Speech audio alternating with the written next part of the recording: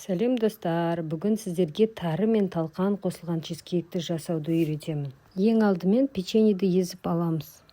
Одан кейін бөлек ыдысқа алып, үстінен талқанды қосамыз. Оның үстіне ерітілген сары майды араластырып аламыз. Сары май жақсы 82%-дан жоғары май болған дұрыс. Оны ерітіп, барлығын жақсылап тұрып араластырып аламыз. Осымен массамыз дайын. 20 диаметрдегі формамыздың астына фольга қойып, форманы видеодағыдай ораймыз. Фольга жақсылап орағанымыз дұрыс болады. Массамыздың жарты бөлігін салып, жақсылап нығыздап тегістейміз.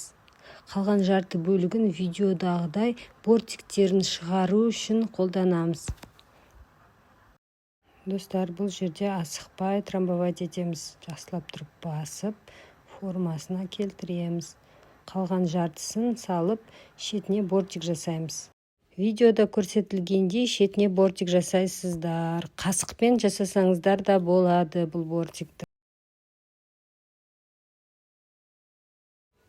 Жуылған тарымыздың үстіне ыстық сүтті құйып, шетке алып қоямыз, яғни бұқтырып қоямыз. Дайын болған массамызды мұздатқышқа салып қоямыз. Сүзбелі ірімшік, яғни творожный сырдың үстіне қантты салып, жақсылап араластырып аламыз.